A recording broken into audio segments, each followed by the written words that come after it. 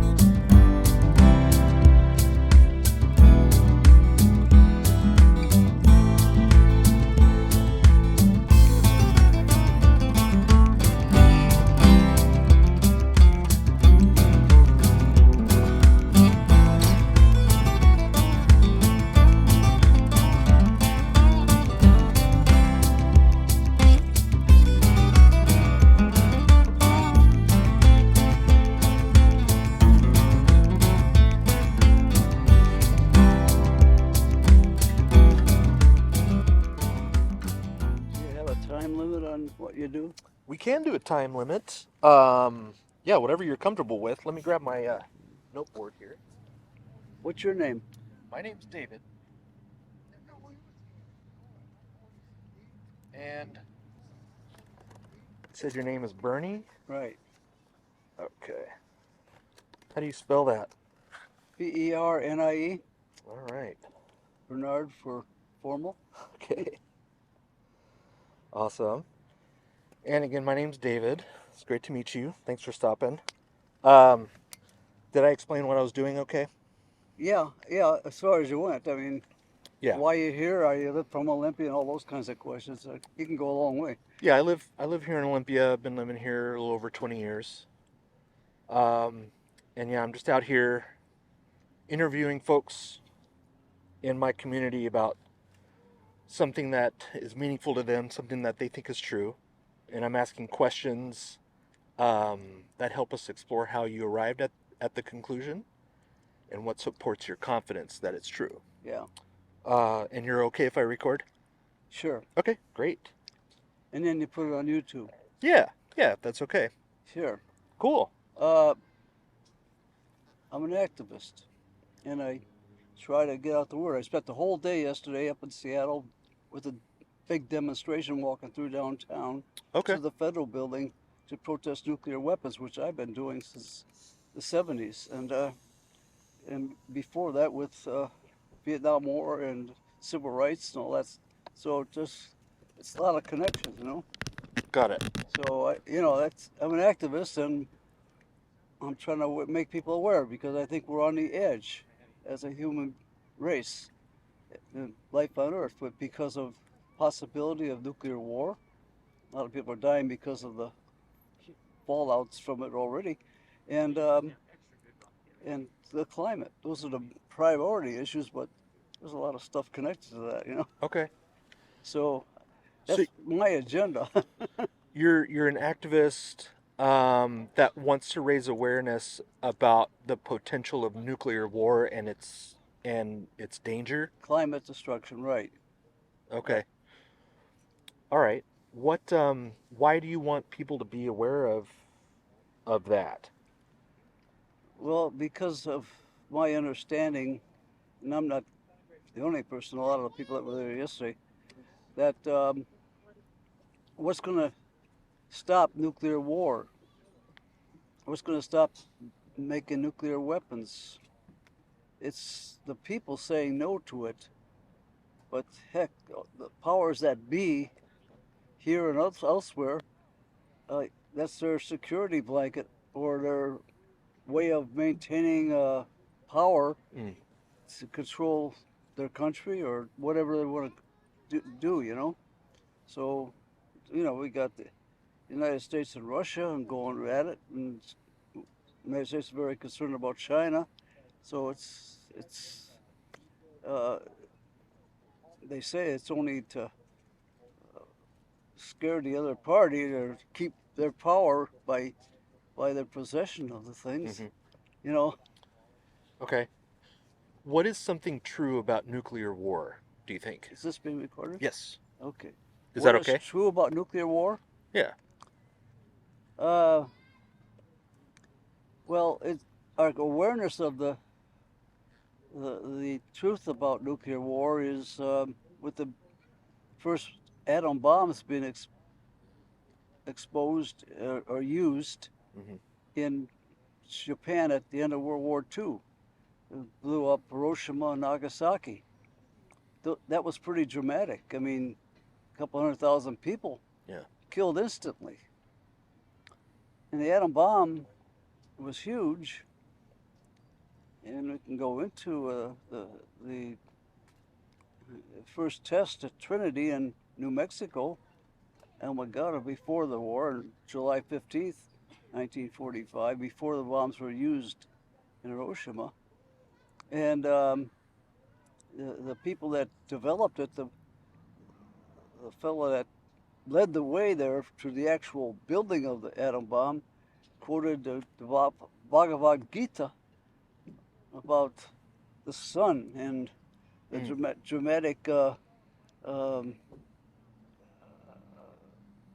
exposition in the Bhagavad Gita, chapter 11, about the sun and how that symbolized the powers behind it all. And Okay. and so that was the start. What relationship do you think that has? Nuclear war with what it says in the Bhagavad Gita? The Bhagavad Gita language is based on a lot of Asian, especially Indian, spirituality and interpretations for a couple thousand years. Hmm. So the language, I wish I had the Gita with me to quote just two lines. Hmm. The the drama of it, and So it talks about a battle, right? huh? It's basically talking about a battle. No, it's talking about uh, spirituality, but it's in a context. The Gita is based on two armies facing each other, Hmm. but it's symbolic language. Uh, it it you some people interpret it as a real battle in formation, but Gandhi's language, Gandhi uses it as his Bible, and others. It sees the meaning behind it all, so it's symbolic language. Okay. But just It's just like a metaphor for um like spiritual warfare or it's a metaphor for, yes, the dynamics between peoples. Gita's a scriptural the thing comparable to the Christian Bible or the Jewish Old Testament Bible or the Muslim. They all have symbolic language, in my understanding. Mhm. Some people take it very literally. I don't do that. I think it's the meaning behind it. And the Gita expresses when the first atom bomb goes, the tremendous power of that cloud. You know, So the Gita is describing nuclear war? nuclear war was not known at that time. Atom bomb war, the bombing of Hiroshima Uh-huh. and Nagasaki. Uh, the Gita was written well before all that, Right. but the expression, there's 20 some chapters in the Gita, and the 11th chapter is where this dramatic uh, statement about the powers. It's trying to express the powers of God in some people's language, Mhm. or the power that keeps the earth going. Not everybody uses the word God, Mhm. but the power that keeps all this going. And of course, we're still learning about the whole cosmos. Like the power of the universe and the cosmos. It's kind of metaphorically describing that? Yeah, yeah, it's metaphorically describing uh, the divine power in which my spirituality, taken from my teachers, is um, uh, the power that keeps the whole cosmos going, that is not material in its deepest sense. It's just all encompassing, you know. Okay. A lot of people would have a hard time understanding this. I don't know if you are. And When you say all encompassing, you're talking about the all cosmos. reality, Okay, all of. all we're in physical reality. We, because we have eyes and ears,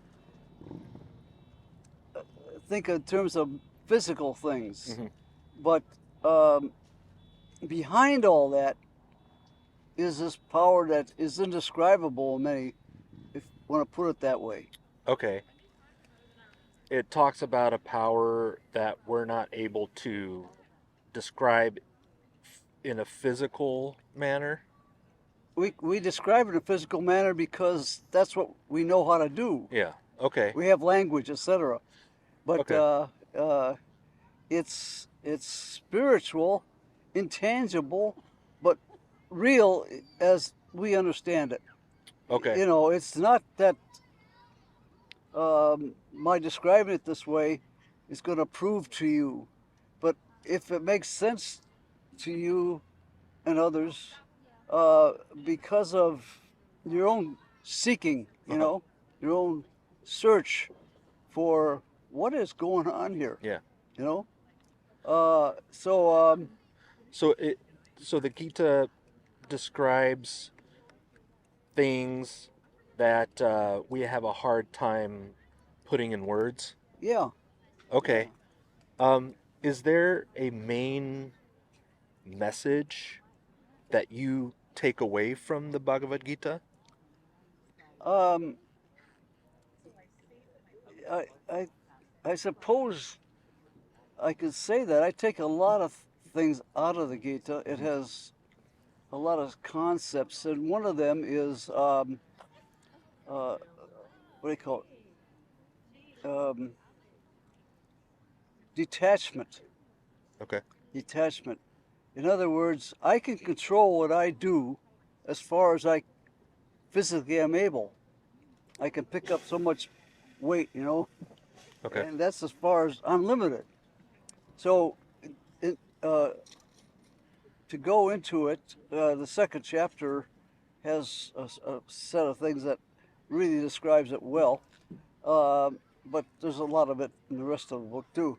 Um, it's saying, as limited human beings, we can only do so much. Some of us can do more than others, but there are limits. Hmm. And to be detached is what it advocates. Do what you can according to the world that you live in, you know, and let it go. You Okay. can't control what others do. You can't control a lot that's going on out there. We might try to do it, but there are limits, you know? So one of the main messages that you've gotten from the Bhagavad Gita is we're responsible for doing the things that we're able to do, and the stuff that we have no control over, we should let that go and not worry about so much. Right. And that, in terms of that letting go, is you got goals. You want certain things to happen, you know, and some of us want some pretty nasty things to happen, and some of us want uh, good things to happen. And from my angle, I pick the good stuff. You Okay. know, I do bad things by accident, or even sometimes in my past intentionally. But Hmm. it was one to get my stuff. You know, get Yeah. my goals. Your own maybe Uh, selfish yeah, it can be goals and selfish. Yeah, desires. Yeah. yeah. So how do you decide what you can control and what you can't? Well, I can't. I don't try to decide everything. Some things I can control because I know by experience. Here's my limit. You know, but life is changing all the time. Right now, we're in the midst of huge change because we have the capacity to destroy it all, either by nuclear weapons or by the way we've filled the atmosphere with CO2 and so on. And so I can't stop those things. All I can do is do what I can do to convince people and to try to get rid of the CO2 in the atmosphere, or at least stop uh, any more going in the atmosphere so that we limit the negative effects of the climate disruption that's happening. Make it as less bad as we can. Yeah, right, right. As far as nuclear war, how much control do you have over nuclear war? I You don't have personally. any control except to the extent I convince others to work with me and others to stop it, to persuade the United States government, the Russian government, the world governments to stop them and get rid of nuclear weapons. That's the demonstration I took part in yesterday, and which I've been doing for 40 or so years, is to try to end the production of nuclear weapons and get rid of the weapons that we destroy.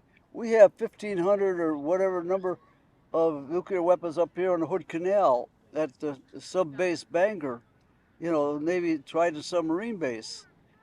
That's a huge number of nuclear weapons, and so we're trying to persuade people to say this is not good for us. This is, a doomsday possibility. You know, Is there any form of nuclear energy that you're in favor of? I don't think so. There's some argument about nuclear power, Yeah. being a good thing, and there's differences of opinion of it. What do you think? I'm persuaded, and I don't consider myself the top expert in all this, but I consider myself knowledgeable to a fair degree. Uh, I feel that between the production or extraction of uranium out of the ground and the effects that it has on the people there already, and the production of plutonium and so forth done by the weapons industry and so on, that it's already doing a heck of a lot of damage. Not to talk about the waste. We have huge problems with waste right over here at Hanford. Hanford. Stuff? Yeah. Thanks for the help. Uh, and I got books at home with listing of the places, and so on. So it's doing a lot of damage just by its existence, and with its capacity to harm life. Okay. So, is there any circumstance in which you would be in favor of nuclear power? As a temporary thing, depending on what it was being used for and so on. But I can't. When you look at the Chernobyl and the Third Mile Island and the explosion in Japan, the nuclear power there that blew up, um, I don't see any good for it. You don't see any benefit in nuclear power? Well, it benefits people that use the electricity. If but what you want to use the wrong means to get that electricity. Okay. That's the challenge that we have. We become dependent on power, physical power, producing electricity and other things, Mm-hmm. and we're dependent on it. Look at all the stuff we need here. Yeah. Fossil fuels, the same thing. We got so much dependence on these things that, wow, the challenge is to find another way to do it. This might sound like a weird question, but why is nuclear war bad? We just got to look at Hiroshima and Nagasaki. What makes it bad though? Is it Well, we've decided international law and morally that uh, people have a right to life, and to destroy them, civilians as well as military, is immoral. If you don't buy that definition and that way of doing things, then it's not bad to you, but it's, it certainly doesn't agree with international law, and it doesn't agree with a sense of morality that most religions have, if not all of them. nuclear war is bad because it destroys life and that's immoral? Yeah, it destroys life. Okay. And we're evolving. And there was a time we thought the damage was only the bomb where it was dropped, and Mm-hmm. that's the only area affected. But we've learned that in the 1980s that nuclear destruction in a big way blocks the sunlight from producing warmth on Earth, and it creates clouds, huge dust clouds that last for 10 years, Mm-hmm. you know, and so people depend on the food for all that, and so that destroys things in that way. If there was a way to harness nuclear power without causing waste and causing pollution, um, and it seemed to work just as well or even better than the current means of getting energy, would you would you be in favor of nuclear power then? I I would have to be convinced that that's Yeah, what's really happening, yeah. and Hypothetically, that the causes of extracting from the ground of the uranium yeah, but if all that was taken care of, yeah. Hypothetically, it, hypothetically, yeah. I could say, well, it looks like it's worth doing, But at this point, you can't. I don't see anybody proving that. Yeah, yeah. There's some people trying to, but It's hard to imagine, but I guess I guess what I'm asking is, it sounds like there are circumstances where you would be in favor of nuclear power. there could be, Hmm. yeah. Hypothetically, Right. Yeah. it's yeah, Yeah. yeah. Okay. Okay. Um, on a scale from 0 to 100, how confident are you that nuclear power cannot be used responsibly? At this time, with the uses of nuclear power, I would say very close to 100. Okay. I haven't tried to answer that with any kind of research, but based on my years of reading about it, I have not seen anything that would convince me of that. Okay. So you're close to 100% confidence. So like in the 90s, maybe? At least Okay. 99, probably. 99? Yeah, Okay. What would cause you to go from 99 to 100? Why are you not at 100? because I don't know everything, and there's things going on that might change my mind. Okay. So it gives a little hypothetical possibility. Okay.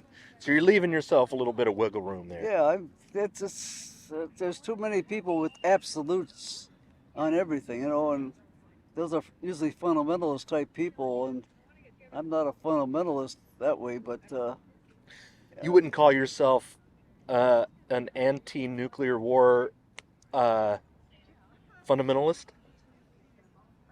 I'm close to it. Okay.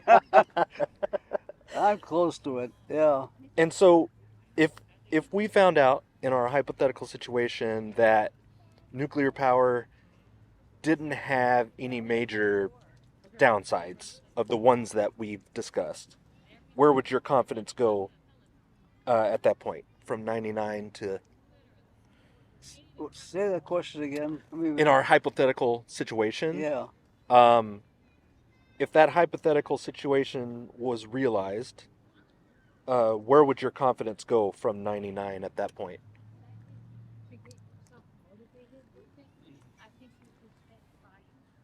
I don't think I'm capable of doing much more than that.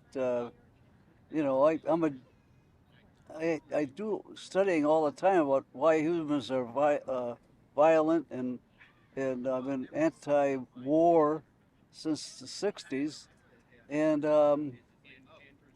so So you can't go down? You can't go down from 99? oh to '89 or something like that. Wherever. Like, I guess that hypothetical situation that we were talking about, if we somehow found out that that was the case, that nuclear war is not dangerous or polluting or causing harm to the people around it, where would your confidence go from 99 at that point? I think I'm too close to. I don't see when you look at bombs being used, nuclear bombs anywhere. Even out in the fields, where there's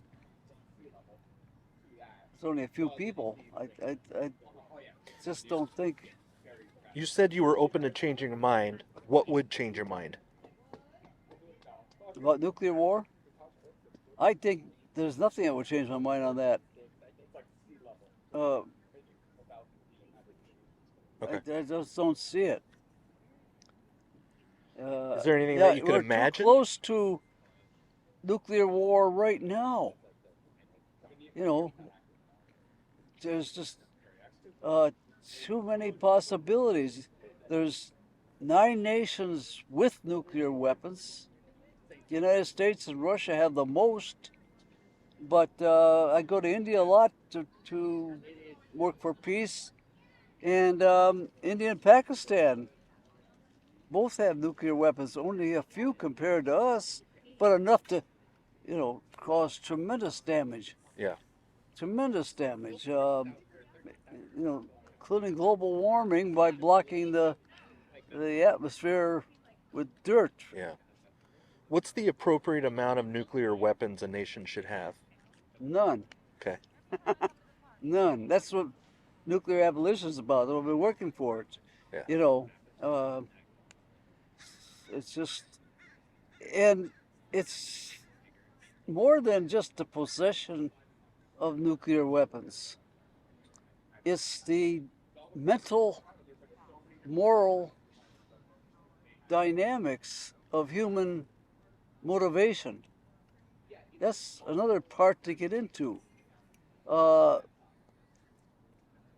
the Ernest Becker Foundation up in Seattle, which I've been working with since the 1993, mostly taking in their work, studying Ernest Becker's work. What's the basic motivation? Is human fear. Hmm. Fear, loss of life. Fear is what drives nuclear war? It drives war. It drives nuclear war would be part of that. Yeah. Fear of loss of power and control. We live in an imperial country in my mind. Russia's an imperial country.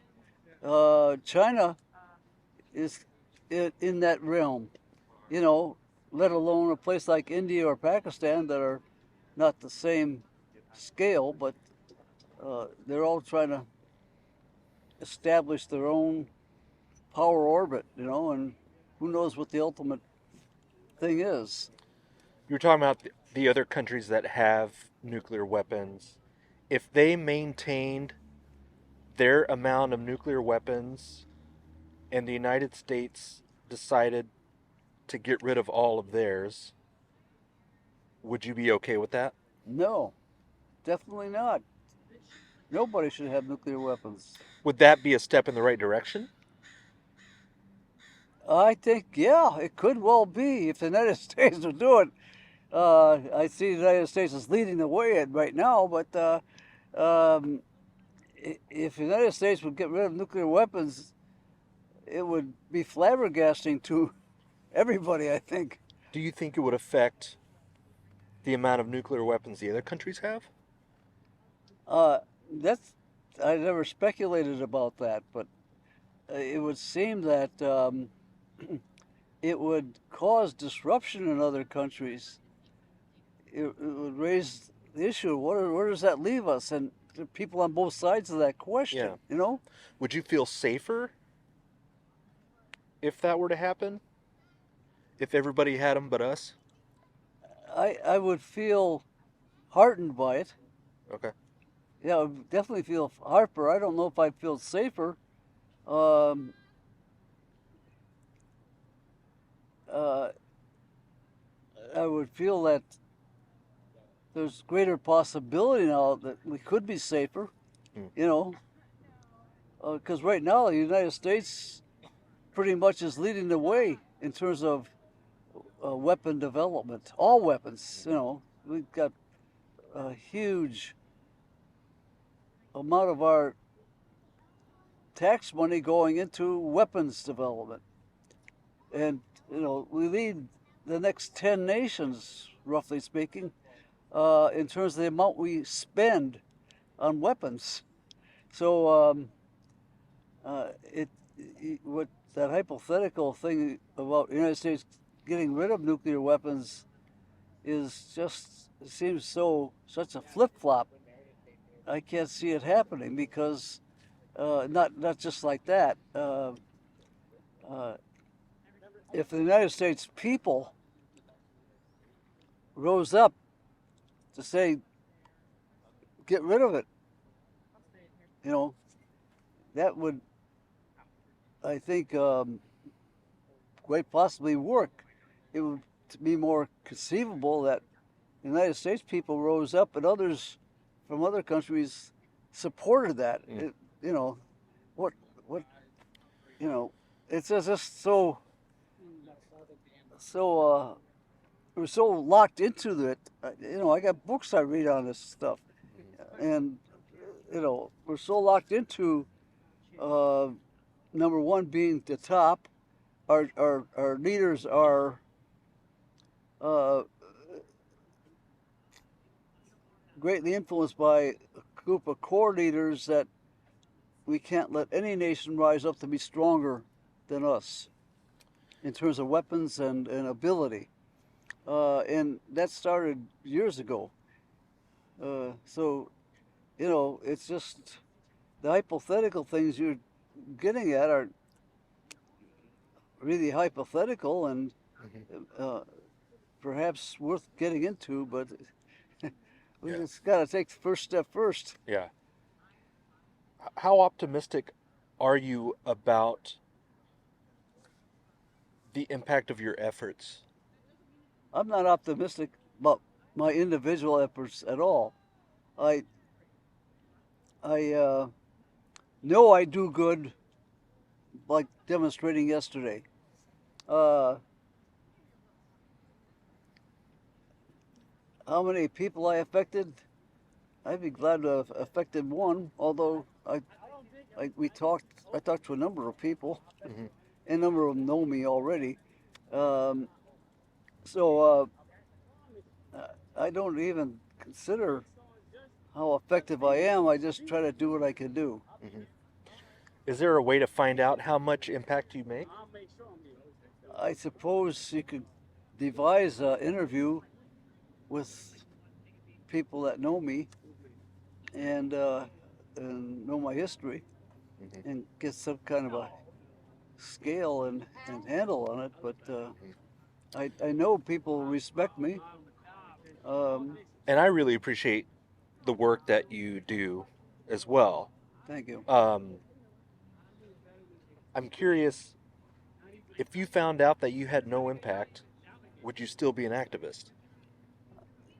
Yeah, based on the principle that uh, people that inspire me, like Jesus and Gandhi and Martin Luther King and Dorothy Day and others, you know, do what you can do no matter what. That, Even if you found out it made no impact. yeah, just for my own integrity. Hmm. It's uh, it sounds almost foolish, but to me that's the good of human creation. If I choose the good of human creation, then I'm supporting the good, no matter how minuscule my good is. Is your good based on uh, s- protecting life? Yeah, very definitely. Okay. You know, um, So you decide what's good or bad based on how much it respects life? how it affects life. Yeah, Okay. definitely, and um, and all that goes into protecting life. You know, Yeah. Why is that? Why is that a beneficial um, means of determining what's good or bad? um, we're part of creation, and to me, creation is basically good. It is life. That's what its existence is, and it seems like we should be very thankful every day about the fact that we're here, you know, and that life is here, The and appreciation. that seems to be the whole purpose of it, you know, and ultimately the spirit, call it God, call it powers, you know, uh, that made all this possible, that keep the creation going. It's once you get outside of the physical planet Earth or this sun determined orbit we're in, uh, there's endless. We haven't gotten to the end of it, you know. And There's more exploration to do. yeah, it's you know what we're here. Humans are here. Life on Earth is here for a very short time compared to the existence of the cosmos, Hmm. infinite cosmos. You know, even though for us it's millions, if not billions, of years, uh, it's incredible stuff to think about. Well, I appreciate it. Um, I have lots of other questions, but I think you were saying that you wanted to keep it under a certain amount of time. So, Yeah, I uh, won't go too long on it. yeah. I mean, it's a good thing to continue. Um, Do you have any questions for me?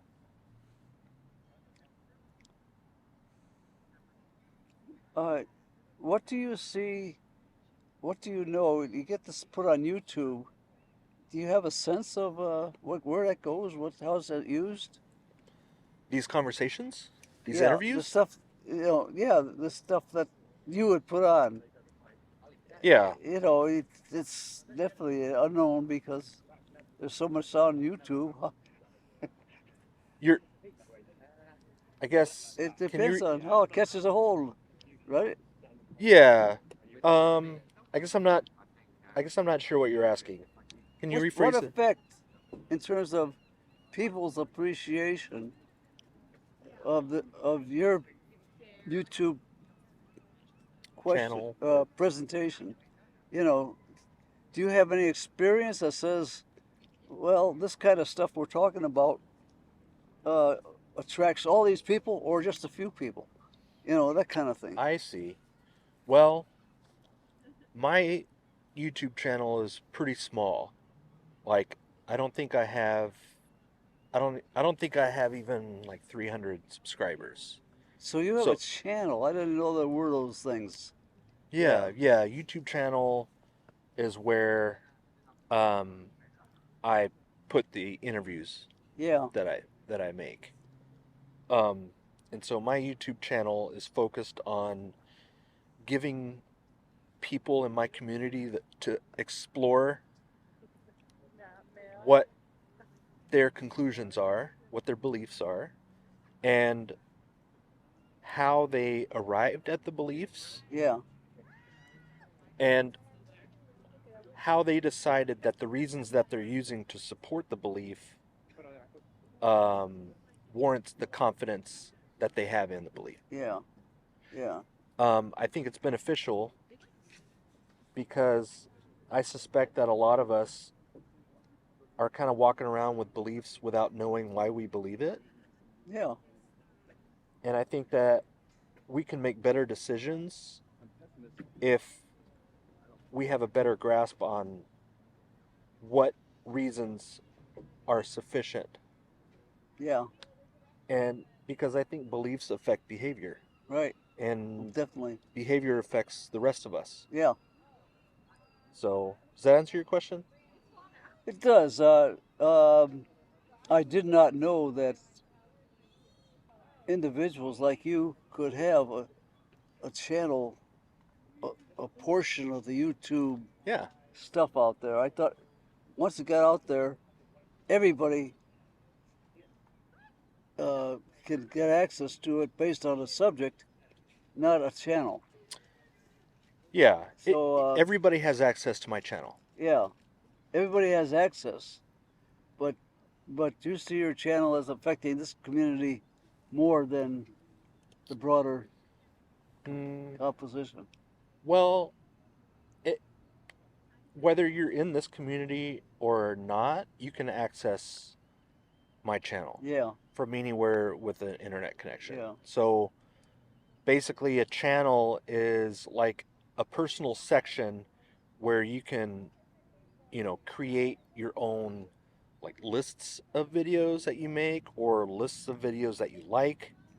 And people will subscribe mm, to other people's channel because they're interested in the videos that they make. yeah. I get a sense of it.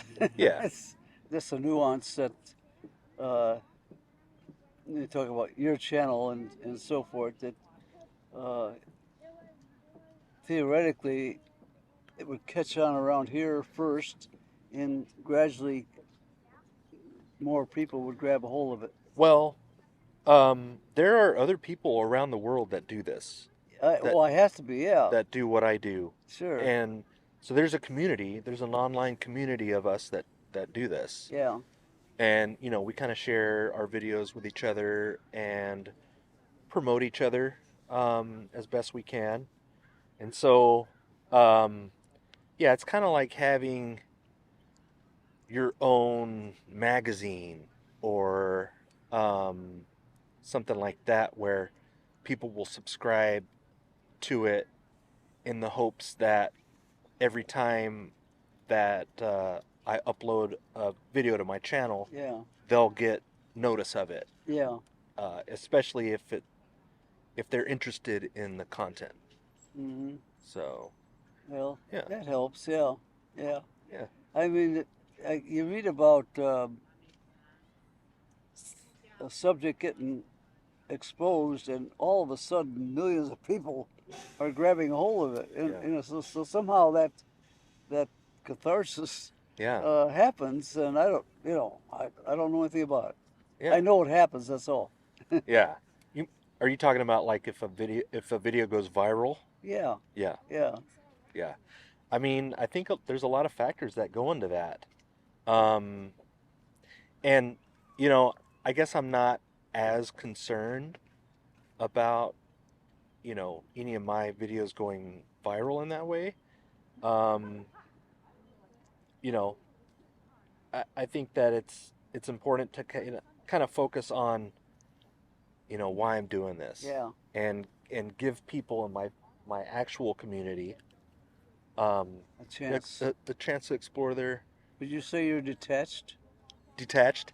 Yeah. In um, other words, putting it out there, but letting go of what happens. Yeah, because I can't control if it goes Well, that's like kind of like what you were saying. fall in line. Do what I can Yeah. and not worry about the stuff that I can't control. Yeah. You'd like it to get a lot of exposure, especially things you think are Sure. the best, you know? Yeah. Yeah. But, yeah. Yeah. Okay. And it also, what this does is gives people a chance to explore topics that might be sensitive Yeah. in a way where it's not like an argument Right. or a debate. Right. We're kind of both on the same team, Yeah. working towards understanding better and getting better clarity. What is the truth? Gandhi's 3 criteria, basic criteria, written in his basic fundamental book he wrote in a very inspired day on a boat. Satyagraha, which means truth force. Truth force? Yeah. Ahimsa, which is love, but a very strong definition of love or nonviolence, you know. And tapasya, take the burden on yourself. And, Okay. you know, ready to give your life for it if you want to. Like responsibility, accountability, that kind of thing? That kind of thing, yeah. Uh-huh. Yeah. But, you know, to study those words would mean to study Hinsraj and other documents and experiences. His life is his message, is what's quoted by Gandhi or about Gandhi a lot. You know, he said that. My life is a message. So his life evolved and developed seeking truth and love and living nonviolently. Yeah. I like the idea of being the person that you want to encounter. Right. Be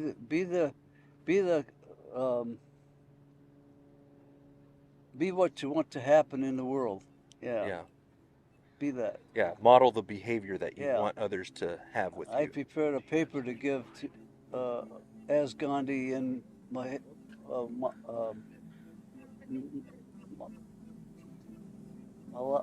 Malaysia this Uh-huh. week, and I'm not going, but I wrote the paper with just a simple 2-page explanation of this. Like a summary. Yeah. Yeah. Yeah, to get youth stimulated, appealing to youth. You're at a time of your life where you're trying to find out who you are and what to be and what to do. And I just took that and gave them an idea of how Gandhi went about it. So, Cool. I want to go.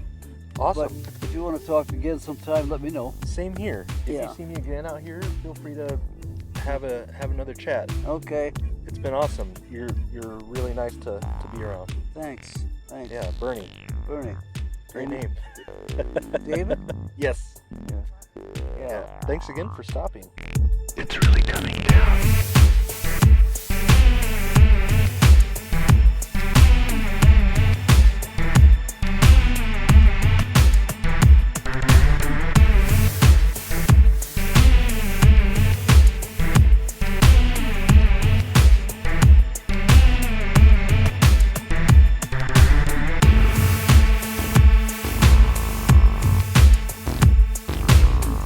Do you have something in mind? If I wanted to see my interview, how would I find it? Do you have a phone with you? Not with me. It's really coming down. Okay, I'll write down my YouTube channel, Okay. and you can look at it later. Does that sound good? Yeah. Okay. When will it be on? Right now I'm working on videos that are gonna come out probably by now. It's gonna be April, so it might be like late April or early May when this one goes on. Yeah. I've got one coming out every month. I'm sorry, every week. And so We got a lot of interviews. yeah, and I have about, I don't know, 50 of them up already. Okay. So yeah, I'll write it down for you. Yeah, because I don't want to go for it when won't have no possibility of getting it. Yeah. I spent a fair amount of time on the internet, It's really coming down. and there's so much. Wow. A lot of information. Yeah. Thanks, David. Absolutely. And I'll write my name on here. Yeah. Yeah. Great. Well, good luck to you. Thanks so much. To all of us. Yeah.